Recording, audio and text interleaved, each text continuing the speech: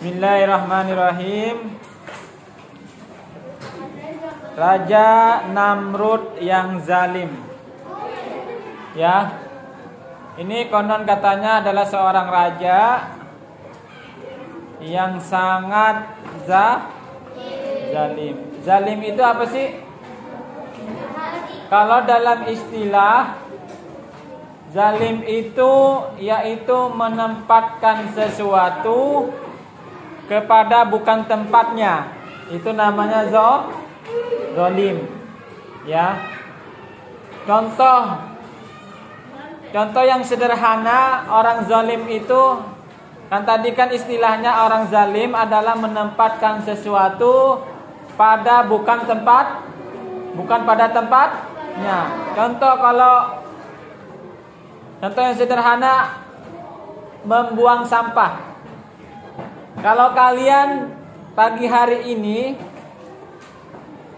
makan sesuatu, ada sampahnya kan? Lalu kamu serahkan begitu saja, tidak dibuang pada tempatnya, berarti zalim. Itu contoh yang sederhana. Contoh yang selanjutnya, zalim terhadap sesama, menghina temannya diri. Misalnya, kamu jelek, hidung kamu pesek, terus kamu burik, misalnya. Kalau burik pada ketawa, emang dia burik, gak ada kan? Ya, itu contoh yang zalim, menghina temannya. Tapi dalam Islam itu dilarang menghina sesama. Kata pepatah orang Arab mengatakan, la tahtakir mandunaka falikulli syai'in maziyah. Jangan engkau menghina atau merendahkan di bawah kamu. Misalnya kamu sok ganteng, misalnya kamu sok cantik, sokul lah, ya sokul tukul, ya. Tiba-tiba karena kamu merasa cool gitu kan, merasa keren, merasa cantik, merasa ganteng yang luar biasa, dengan senang hati kamu menghina teman. Meskipun kamu ganteng, yang kamu caci maki, kata pepatah, falikulli syai'in maziyah. Setiap sesuatu pasti ada kelebihannya. Ya. Kamu Yoni, ya, misalnya kamu jelek, ya, misalnya. Terus kamu dihina sama teman kamu yang lebih ganteng. Jangan kecil hati. Karena setiap sesuatu itu pasti ada kelebihan. Kelebihannya apa? Misalnya meskipun Yoni jelek, meskipun ya, itu kelebihan Yoni cerdas. Di Joglo 10 ini ranking 1. Di Joglo 10 ini punya prestasi yang luar biasa. Maka kata pepatah bahasa Arab mengatakan, jangan engkau menghina seseorang di bawah kamu, karena sesungguhnya setiap sesuatu ada kelebihan. Belum tentu yang ganteng menghina ini ada kelebihannya. Ganteng-ganteng bego misalnya, ya, ganteng-ganteng culun misalnya, ganteng-ganteng blow on misalnya, ganteng-ganteng gak punya prestasi di Joglo 10 ini, tapi dia menghina yang punya prestasi, itu termasuk kategori orang yang zalim. Zalim kepada Allah apa saja? Ya, dengerin anak-anak yang soleh. Yoni, ini tadi membahas zalim terhadap sesama. Sekarang membahas bagaimana seorang hamba zalim kepada sang pencipta, yaitu Allah. Misalnya abrar, ya, zalim kepada Allah, yaitu tidak melaksanakan daripada perintah Allah. Salat waktu dilalaikan, ya, salat 5 waktu dilalai, nggak mau ngaji, ya, nggak mau puasa, betul, ya, nggak mau berbakti kepada orang tuh, itu zalim kepada Allah Subhanahu.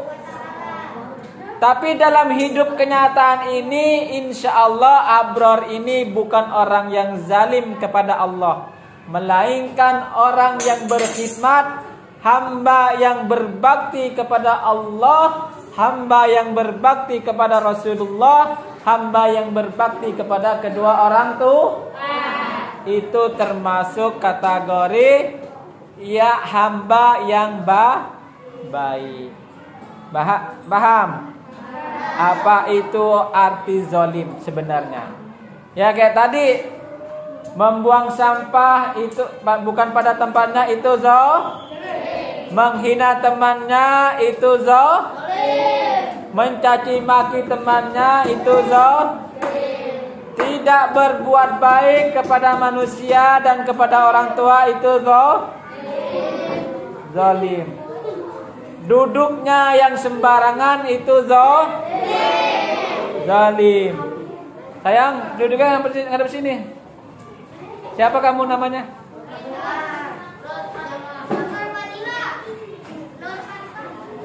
Nur Fadilah. Nur itu cahaya, Fadilah itu keutamaan. Nur cahaya yang mempunyai keutamaan. Jadi kalau punya nama harus sesuaikan dengan perilaku. Jangan kalau pas ada jam belajar duduknya kayak duduk di warteg gitu. Malu amanah nama, ya. Malu amanah, namanya bagus, cahaya surga, cahaya yang mempunyai keutamaan, cahaya yang mempunyai keutamaan lalu tidak berperilaku baik, itu misalnya abrar ini artinya kebaikan.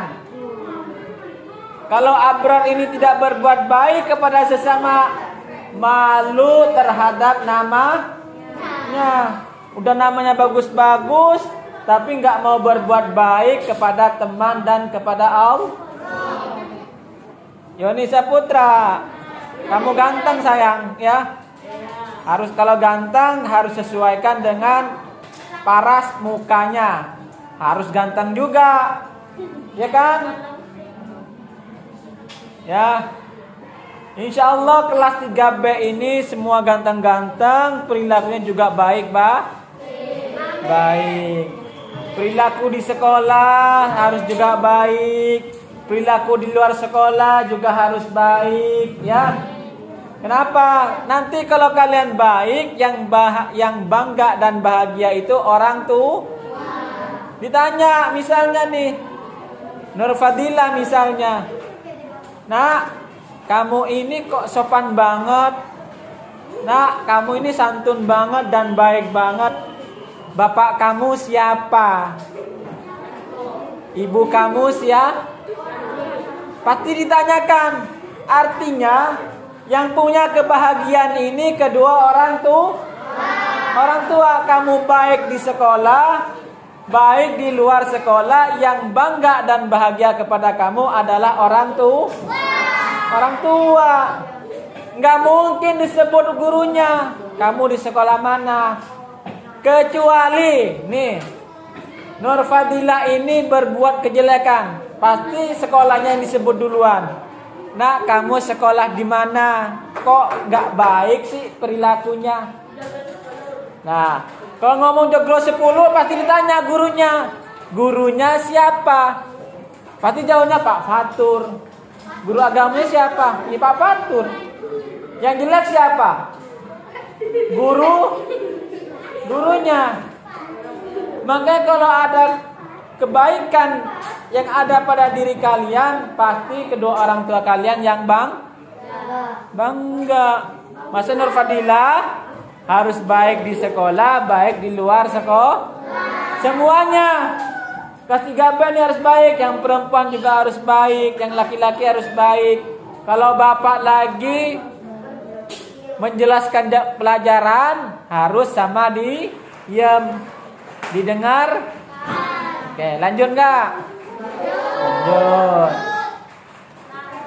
Raja Namrud yang zalim. Ini raja, kalau raja ini pada zaman sekarang itu presiden.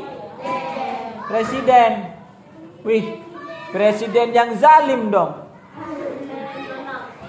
Presiden Namrud yang kalau raja zalim kepada rakyat gimana tuh? Seperti apa? Sayang, minumnya nanti ya. Siapa yang belakang?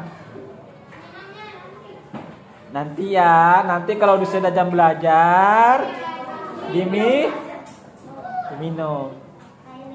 Waktunya mendengarkan penjelasan Oke. Raja Namrud memerintah dengan kejam. Kalau kejam gimana tuh? Artinya gini, Presiden Namrud memerintah dengan kejam. Kalau memerintah dengan kejam berarti sambil diapain tuh, ditusuk-tusuk kali ya. Coba contohkan memerintah dengan kejam. Contohnya kayak apa? Ayo Nur Fadilah, gimana Nur Fadilah? Ayo Nur Fadilah.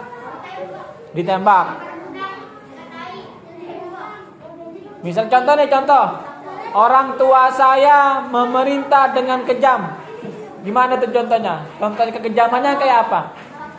Ayo Nur Fadilah. Ditabok.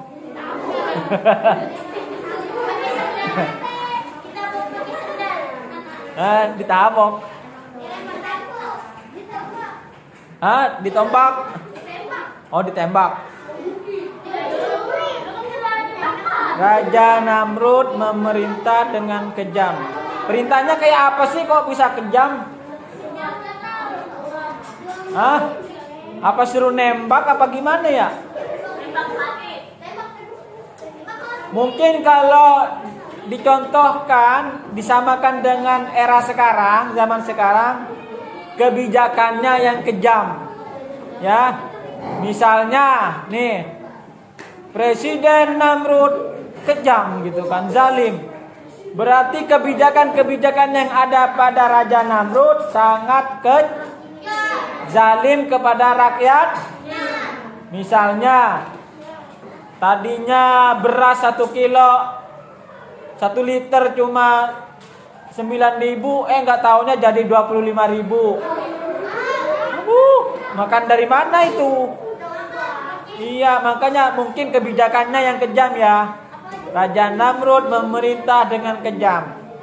Ya. Terus yang tadinya bensin misalnya ceban jadi 25.000. Mungkin begitu ya. Semua orang harus taat. Nih kalau sudah Raja Namrud nih memerintahkan, misalnya, Yoni,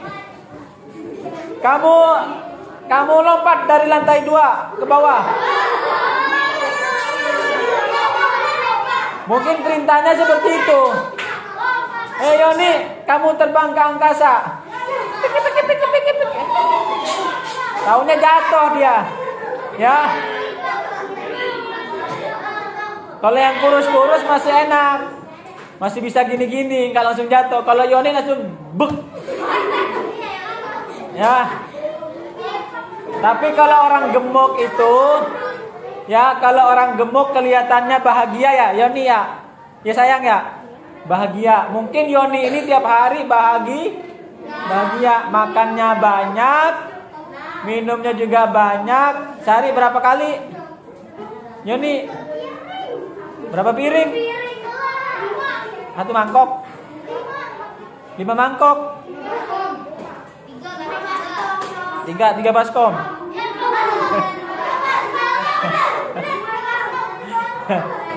Gak apa-apa ya. Ya, selama di rumah ada beras, selama di rumah ada nasi, makan yang kayak Yoni nih, makannya yang dia lauknya bukan lauk sapi, bukan lauk onta. Ya. Nih, terus jika ada yang berani melawan, nyawa taruhannya.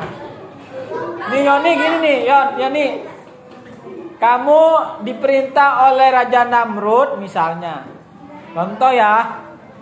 Mau kamu lompat lantai 2 apa mau ditusuk? Hah? Ini kata Raja Namrud nih, kalau ngelawan nih Raja Namrud, nyawa taruhannya. Mau ditembak apa mau lompat? Pilih. Lompat. Dari lantai 5 mau? Mau. Ditembak sama Raja Namrud? Kalau ditembak sama Raja Namrud? Hah? Ditembak? Maunya ditembak. Zaki maunya apa Zaki? Kalau kamu nih, ini kita ngebahas nih Raja Namrud nih, kejam banget. Kamu mau lompat dari lantai 5 apa ditembak sama Raja Namrud?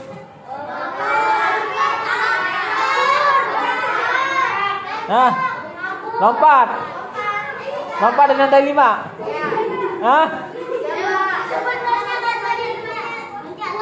Ini Raja Namrud kejam banget nih. Kalau perintahnya nggak dilaksanakan, nyawa taruhan. Ngeri nggak? Ngeri. Presiden ini Presiden Namrud. Kalau dulu raja, sekarang presiden. Presiden Namrud yang zalim. Kalau misalnya perintahnya nggak dilaksanakan, taruhannya nggak bisa lompat kan? Udah kayak penguin gini. Apa kayak di kereta gini tuh? Zaki mau milih mana? Lompat.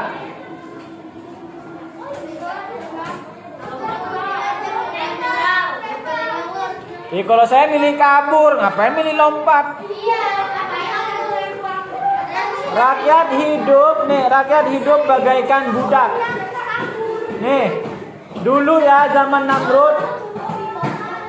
Raja Namrud itu perintahnya kalau nggak dilaksanakan ditembak atau taruhannya nyawa.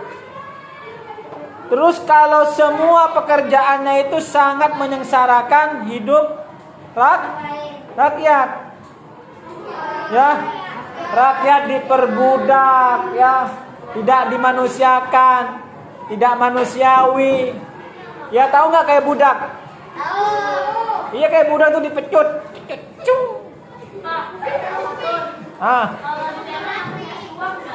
Kenapa? Kamu mati, terus duitnya kemana? Apa yang mau dinikmatin?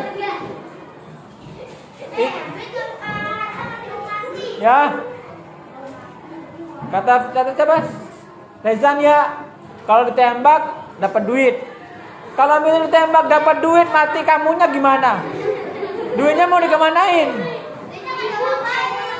Ya kan? Jadi perbuatan Raja Namrud pada zaman dulu itu semua masyarakat, semua rakyatnya seperti budak. Tahu budak nggak? Budak itu disuruh-suruh kemana aja mau. Terus disuruh ngapain mau, tapi nggak dikasih makan, nggak dikasih upah, nggak dikasih minum dan segala macam. Artinya tidak memanusiakan manusia. Jadi perbuatannya, perintahnya kepada rakyatnya tidak manusia. Itu Raja Namrud. Ia merasa dirinya layak disembah. Raja Namrud ngaku Tuhan. Bahaya nggak nih? Bahaya. Kata Allah di dalam ayat Al-Quran surat Al-Ikhlas, Qul huwallah. Ayo baca bareng surat Al-Ikhlasnya. Bismillahirrahmanirrahim. Qul huwallah.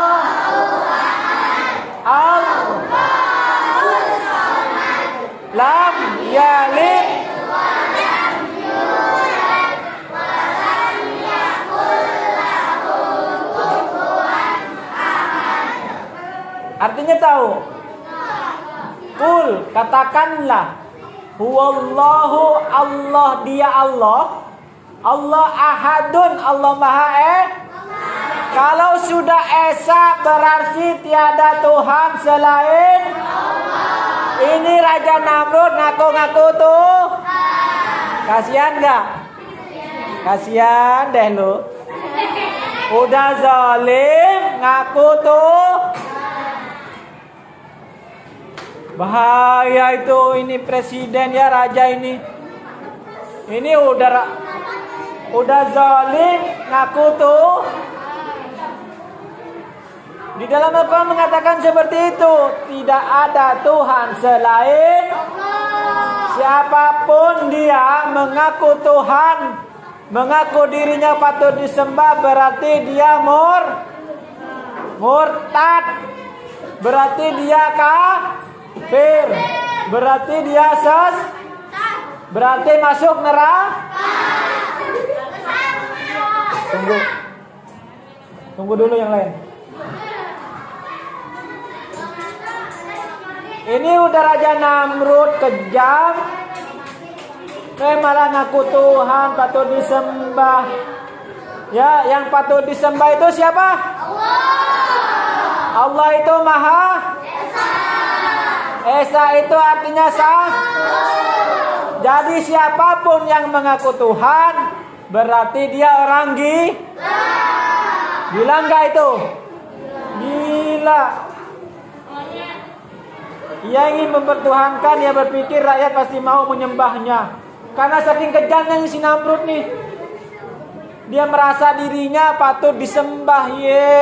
Kasihan banget.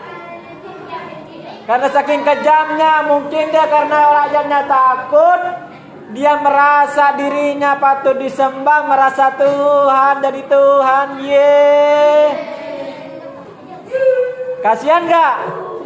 Kasihan. Patung-patung yang tak bernyawa saja disembah, apalagi raja yang sangat berkuasa. Anak-anakku, ya, pada zaman dulu itu patung itu disembah. Ya, patung waras enggak? Itu kalau sudah enggak waras berarti taruh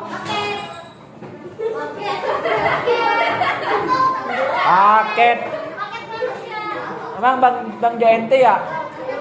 Apa Bang Gojek? Nih kalau sudah ada yang ngaku jadi Tuhan, berarti dia gila. Berarti dia harus diperiksa di rumah sakit Insya Allah orang yang beragama Islam, umat muslim tidak akan menyembah Allah Subhanahu wa ta'ala. Di dalam Al-Quran di suratul Fatihah ada lafaz, ada kalimat iyyaka na'budu wa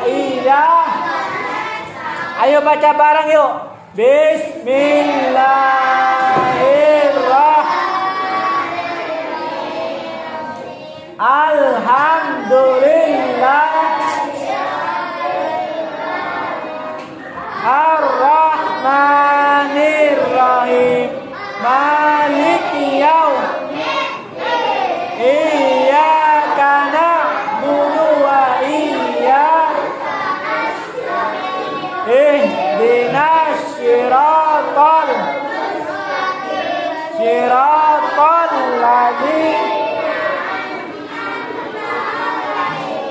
ghairil maghdubi 'alaihim waladdallin. Di situ kan ada kalimat, ya, ada kalimat iyyaka na'budu wa iyyaka nasta'in. Nih apa artinya? Siapa yang tahu artinya? Ayo. Iyyaka na'budu, kepada Engkaulah kami menyembah. Tuh, kepada Engkaulah kami menyembah. Nah, kepada Engkaulah kami menyembah. Dan kepada Engkaulah ya Allah kami meminta pertolongan. Jadi sebagai umat muslim, umat Islam yang beragama, minta tolong kepada Allah dan nyembah kepada Allah. Paham? Ngerti gak? Ngerti? Ngerti gak?